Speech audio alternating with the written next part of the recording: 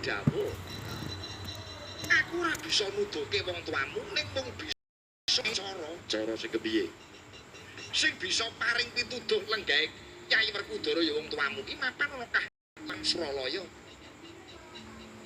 Kaki Bathara Guru. Banjur suwana nyang Kahang Suralaya suwana pulun Bathara Guru. Panjenengan iki ratune pirsa mapan ana ngendi lenggahe wong tuamu yen nganti kaki guru tak takoni ora iso wangsulan. Purbawasesa tak pasrahke marang kowe Nggirasena nyuwun pamit Pak.